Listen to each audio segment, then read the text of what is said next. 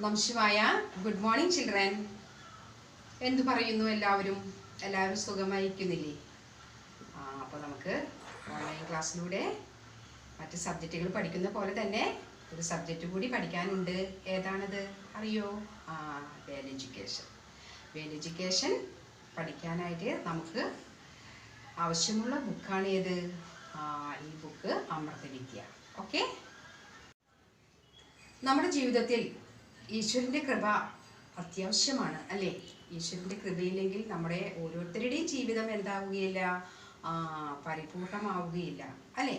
അപ്പോൾ അതിനെ എന്തായാലും നമുക്ക് ആരോടൊപ്പം ഒരു ബന്ധം ഉണ്ടാവണം, ഈശ്വരനോട് ഒരു ബന്ധം ഉണ്ടായിരിക്കണം. അപ്പോൾ അമൃതവിദ്യ എന്ന ഈ ബുക്കിൽ ആത്മീയമായിട്ടുള്ള കാര്യങ്ങൾ, സ്റ്റോറീസ്, ശ്ലോകങ്ങൾ, അങ്ങനെ ശ്ലോകാസ്, അങ്ങനെ ഒരുപാട് കാര്യങ്ങൾ നമുക്ക് ഇതിൽ നിന്ന് മനസ്സിലാക്കാനുണ്ട്. ആത്മീയമായിട്ടുള്ള കാര്യങ്ങൾ നമുക്ക് നമ്മുടെ ജീവിതത്തിൽ അത്യാവശ്യമാണ്, അല്ലേ? അപ്പോൾ അതുകൊണ്ടാണ് വേൽ എഡ്യൂക്കേഷൻ, അതായത് നമ്മുടെ വിദ്യാഭ്യാസത്തിൽ മൂല്യാധിഷ്ഠിത വിദ്യാഭ്യാസം അല്ലെങ്കിൽ അതിന് ഇമ്പോർട്ടൻസ് കൊടുക്കുന്നത്, പ്രാധാന്യം കൊടുക്കുന്നത്. ഓക്കെ. പ്രത്യേകിച്ച് നമ്മൾ അമ്മയുടെ സ്കൂളിലാണ് പഠിക്കുന്നത്, അല്ലേ? അപ്പോൾ എല്ലാ പ്രാർത്ഥനയ്ക്ക് വളരെയധികം പ്രാധാന്യം നമ്മൾ നമ്മുടെ ജീവിതത്തിൽ കൊടുക്കേണ്ടതുണ്ട്. അതിനുവേണ്ടി നമ്മൾ എന്ത് ചെയ്യണം?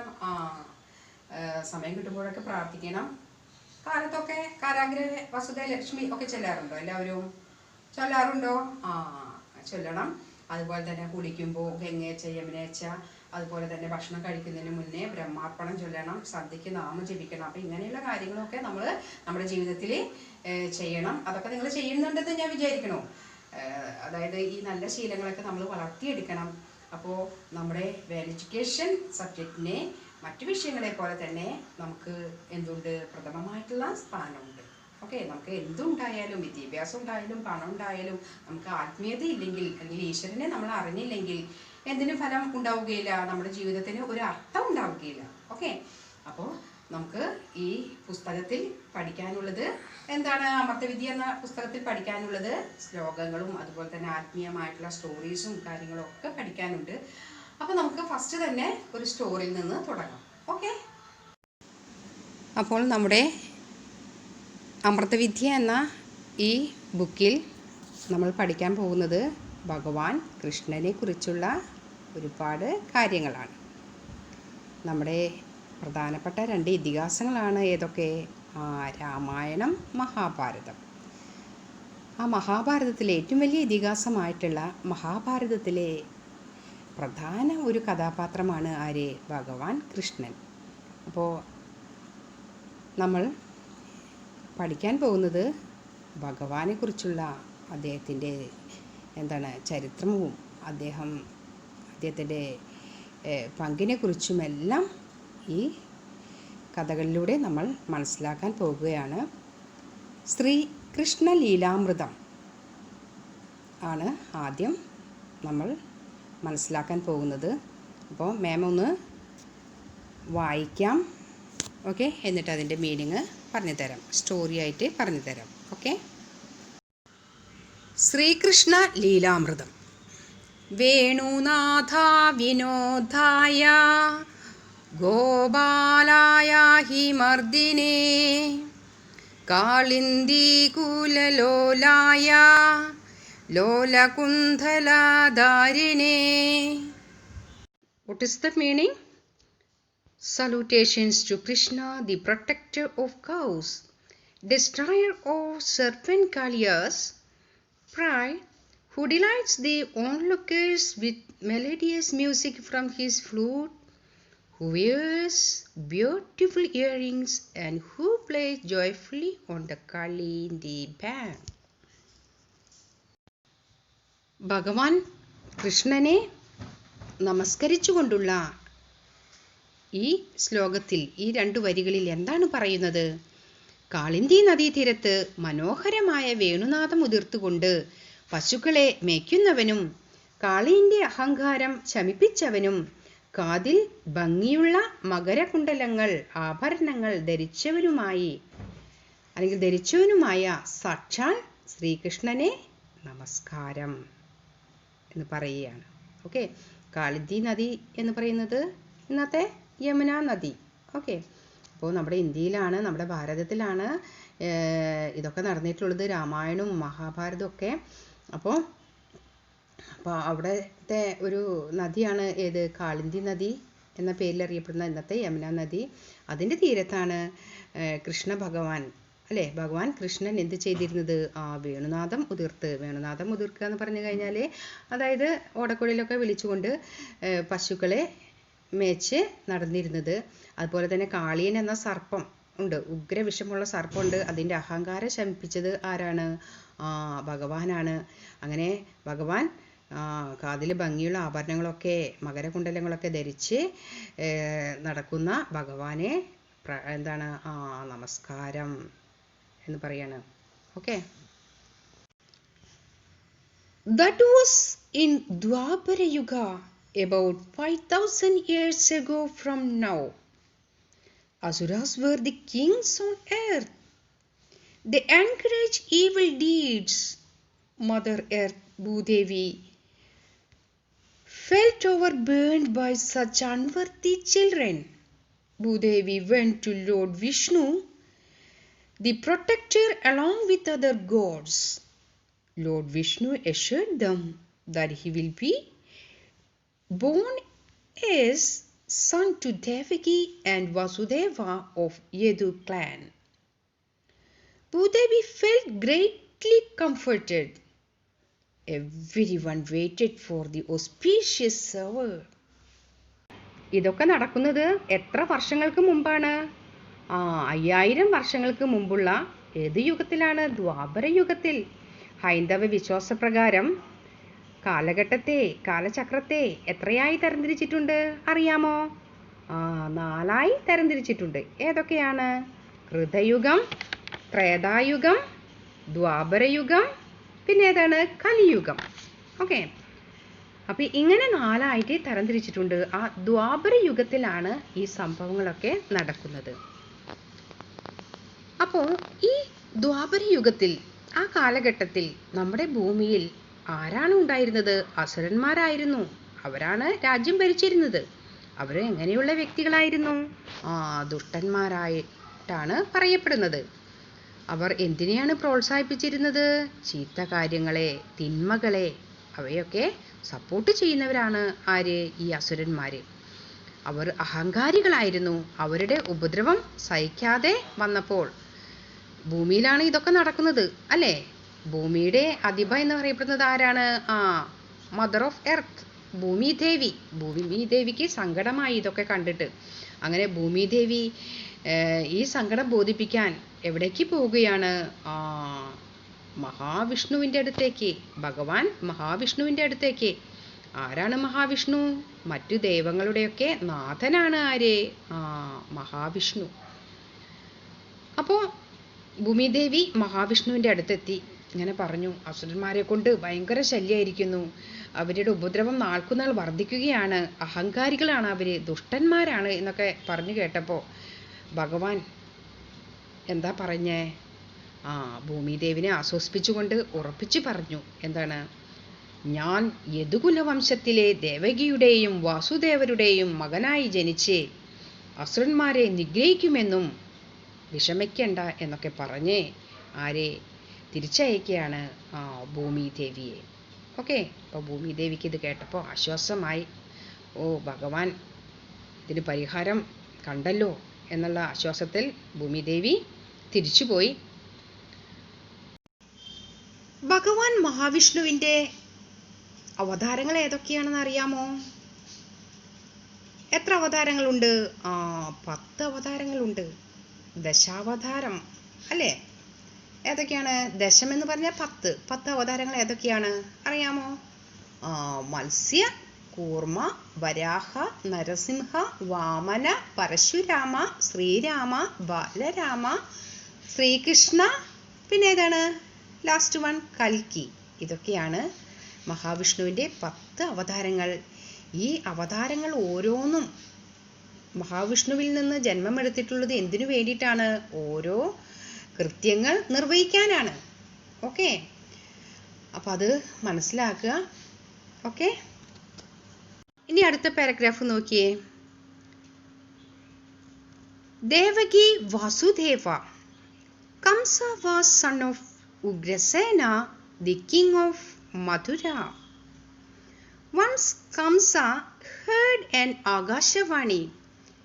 Hey foolish Kamsa, the eighth child of your dear cousin Devaki will be your slave. Kamsa was shocked. He screamed at the newly-wed Devaki. You evil woman, will you give birth to one who will kill me? You should die before your child is born. He started beating her with a whip. Her husband Vasudeva tried to stop him, said, Kamsa, please do not kill you. Oh dear sister, she's just married. I promise to give you all the children born to her.